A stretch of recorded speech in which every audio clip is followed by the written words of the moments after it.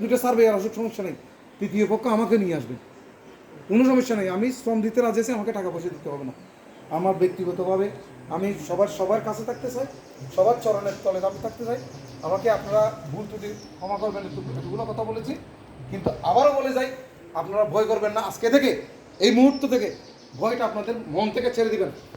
যখন যেখানে যেটা হবে আমাকে নক করবেন, আমি কি করতে পারি সেটা দেখা যাবে, সময়ে বলবে, কাজে বলবে। ধন্যবাদ সবাইকে, আমাকে সবাই ক্ষমা করবেন। সবাইকে নমস্কার। ধন্যবাদ দাদা আপনার অত্যন্ত একটা মূল্যবান বক্তব্য এবং উপদেশগুলো দেওয়ার জন্য আমরা অবশ্যই চেষ্টা করব। যাই হোক, আমাদের সময় কিন্তু অল্প, আমাদের 12:40 হয়ে গেছে। এখন এই পর্যায়ে আমাদের অতিথি বাংলাদেশ সনাতন পার্টি চট্টগ্রাম জেলার যুগ্ম সাধারণ সম্পাদক শ্রী অজয় ভট্টাচার্য মহোদয়কে তার মূল্যবান বক্তব্য রাখার জন্য